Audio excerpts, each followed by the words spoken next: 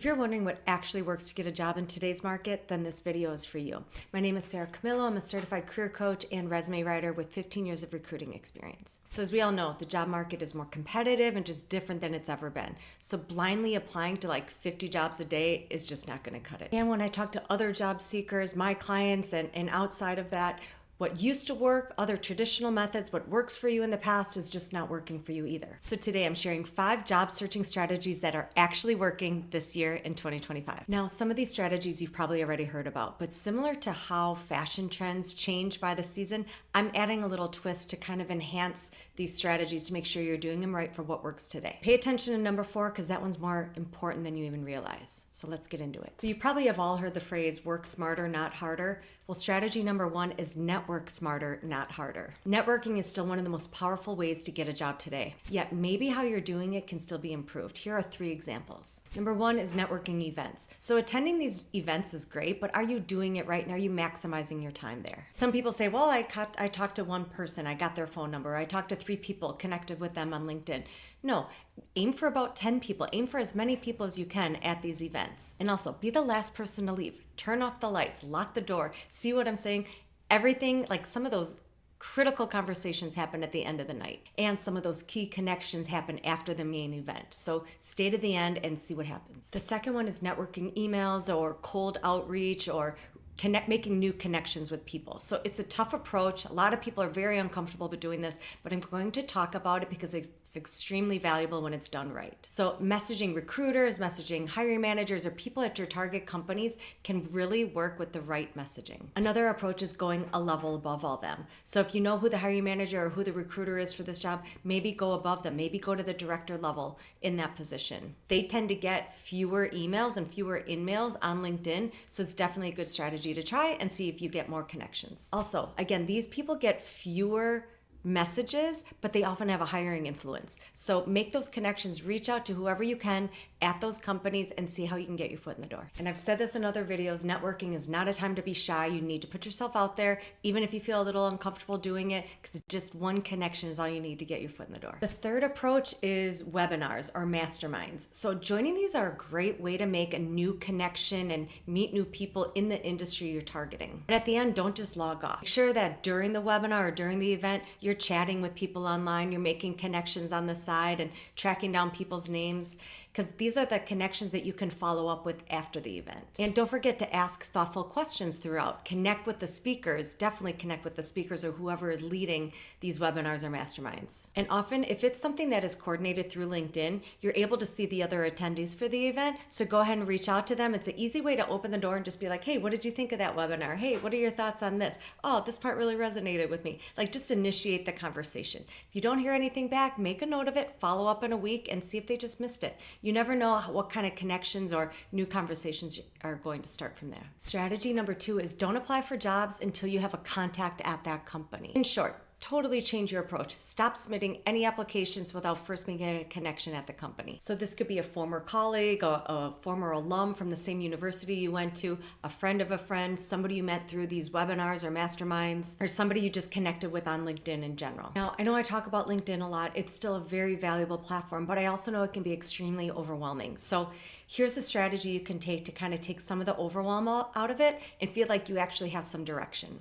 So identify 10 to 15 target companies that you have in your industry, companies you'd love to work for, brands you'd love to be a part of. Make a list, continue to add to it until you get to 15 or 20. And then search LinkedIn for people who work there, whether it's recruiters, whether it's people already in the same industry as you with the same job title you'd be looking for, or maybe a job title even higher, things like that. Identify those people through LinkedIn, ideally in your desired department. And then go ahead and send a short personalized message. Here's a script that you can use. Hey, name.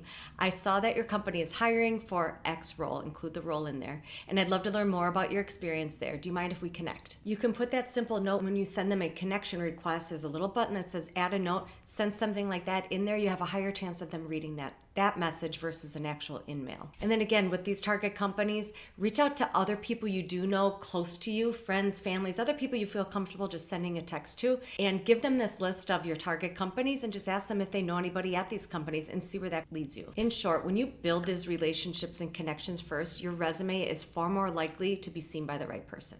Okay, strategy number 3 is all about getting your name out there. So you know how like you've done some research on a new pair of shoes, new pair of running shoes you want. So you've done some research on your phone and then you continue to get ads, deals, discounts. Everything is about these Nike shoes, and maybe some other brands start popping up.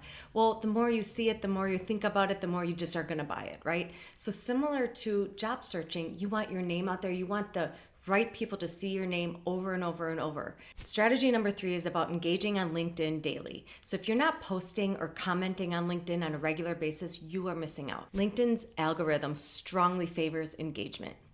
So when you show up consistently, recruiters and people at the companies that you're pursuing will start to notice you too.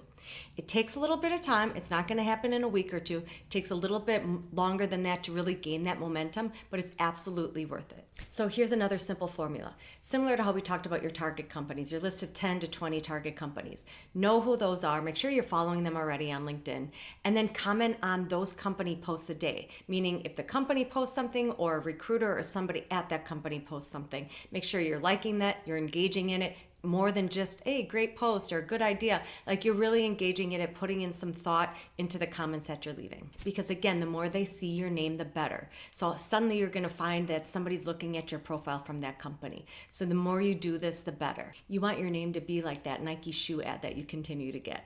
And then even more than that, make a post at least once a week. Make some kind of organic post, whether it's your own thoughts on something, whether you're sharing a post from one of your target companies or a different company within the industry or another thought or about the webinar that you took, anything like that to just get some momentum also on your posts and on your profile. And even if it's not about your industry, it's okay to do something even personal too. I recently had a client that went to a book signing and got to meet the author. She made a post about that and posted the picture. The LinkedIn algorithm also likes photos. So anything you can do to post a little bit more of what you're doing outside so people get to know a little more about you outside of just your profile or outside of just your resume, the better. Follow these steps and watch your analytics grow. You'll start getting more views on your profile, more inbound messaging, and more job leads at the end. And again, I know this doesn't come natural to everybody. It's not easy to everybody, but the more you do it, the easier it becomes. And also, don't be so focused on how many likes or comments that you get on your post. It takes a while again to build that momentum, and even you don't know who's already looking, right? So sometimes I've made a post about resume writing, and suddenly it may only get like 2 likes, but I'll have like 5 in-mails of people asking for help on their resume. So you don't know who's seeing it, right? So trust the algorithm, try this strategy, and see how it works for you. Strategy number 4, accept that the job application process is broken and it sucks, but we have to adapt to it. So let's be real, the whole hiring process really is flawed. So the fact that a recruiter is going to read your resume before a hiring manager in your field, it's all backwards to me, but this is how every company is structured, and it's what we have to work with. And you never know what recruiter's on the other side. It could be a new recruiter to your function, could be an early career recruiter, or it could be somebody who's really polished and seasoned and knows everything about your industry. But you don't know that. So sometimes you come across a recruiter who isn't that familiar with your industry, has never worked in the job that you're in now or the one you're looking for.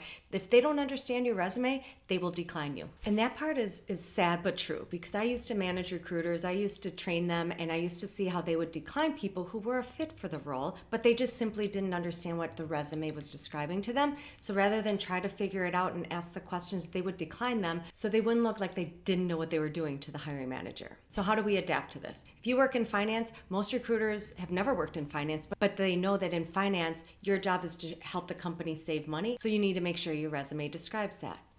If you work in sales, most recruiters have never worked in sales, but they want to know how you have increased revenue, have won awards, have been part of the President's Club, things like that. That's what shows success to them. And last one, if you work in IT, some of that technology is a foreign language to a lot of recruiters out there because they've never had to use it themselves. You need to clarify what you're saying, what you've done in your experiences to a recruiter who's never worked in your field before. And that's really the science behind a good resume. Yet those recruiters are going to look for things like how you use emerging technology like AI, innovation, how you increase the accuracy and automation and so forth for the company to operate. So again, in short, many recruiters don't even understand your job. They rely on those keywords and some of these key KPIs and results and numbers and all of that to really show that you were a good performer and left an impact at your last company. So unfortunately, this is the process, but instead of getting frustrated, just adapt to the system. So this topic could use a whole video on its own, but to sum it up, you need to write a resume that makes sense to a recruiter who's never worked in your field, includes very industry-specific keywords from the job description and from your industry and kind of those buzzwords, trendy words that recruiters are going to be searching for, and that it is clear and simple and easy to skim. Not a lot of paragraphs. Recruiters do not read word for word. You need to make it so it is bulleted and easy for them to read. So again, while this process is flawed and broken, it's so important that you find a way to make your experience understood by the people who are making these hiring decisions. Any questions about this, please comment below. Maybe I can make a separate video on it if you have some questions that I can kind of explain a little bit further. Strategy number 5, let's look beyond LinkedIn for jobs. I've already talked a lot about LinkedIn. Its platform is fantastic. It adds a lot of value if you're job searching.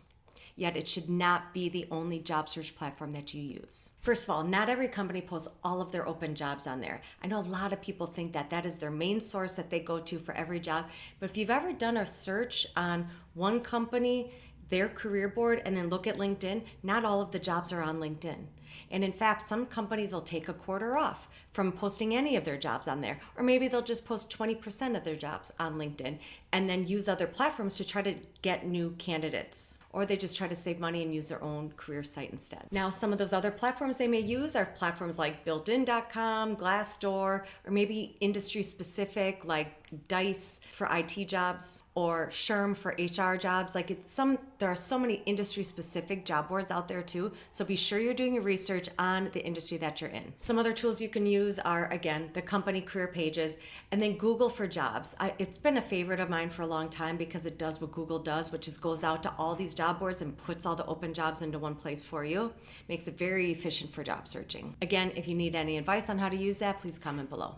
And then again, use some industry-specific Slack groups or groups on LinkedIn. Sorry, I know I said I wasn't going to talk about LinkedIn, but there are some groups on LinkedIn too, or Discord channels or other professional communities out there where some job openings are shared. Another site is called Welcome to the Jungle. That used to be called Ada or something, but that's another board that you can set up a profile and have jobs be sent to you on a regular basis. And lastly, connect with recruiting agencies who specialize in your industry. So that's the thing. There are so many recruiting agencies out there, and a lot of them are just so overwhelmed with the number of job searchers out there that you tend to get a lot of attention at first and then you slowly fall to the back of the pile. So what I recommend is research recruiting agencies who specialize in your industry and your geographic location. And then once you connect with somebody there, set up a cadence on when you're going to reach out to them to follow up. And so you stay top of mind with them as well, because they may say, hey, I'll be in touch with you in the next week or two, but you tend to fall way in the back burner. So go ahead and say, you know what, I'll reach out to you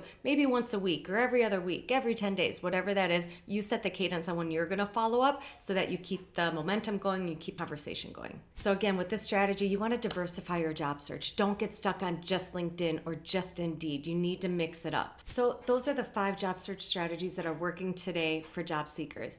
One last thing on the first one, when I said network smarter, not harder, these networking events and webinars are fantastic. But again, also don't forget to use your own network. Reach out to friends and colleagues and former coworkers and anybody you're comfortable with. Ask them out for coffee or lunch and just ask them for job searching advice. What would they do if they were in your position? Don't forget to use that, because those conversations are how you really find those kind of hidden opportunities that other job seekers miss. So definitely use your network in a smart way. Also, don't forget, don't apply until you make a connection at that company. Engage with LinkedIn daily. You want them to see your name over and over and over and over again. Write a resume that makes sense to recruiters who's never worked in your field. And again, look beyond LinkedIn as well. Make sure you mix it up. You mix up your job search and diversify it. So if you found this video helpful, please like and subscribe if you haven't already, and comment below with any other topics you'd like me to hit on in the future. I'll see you in the next one.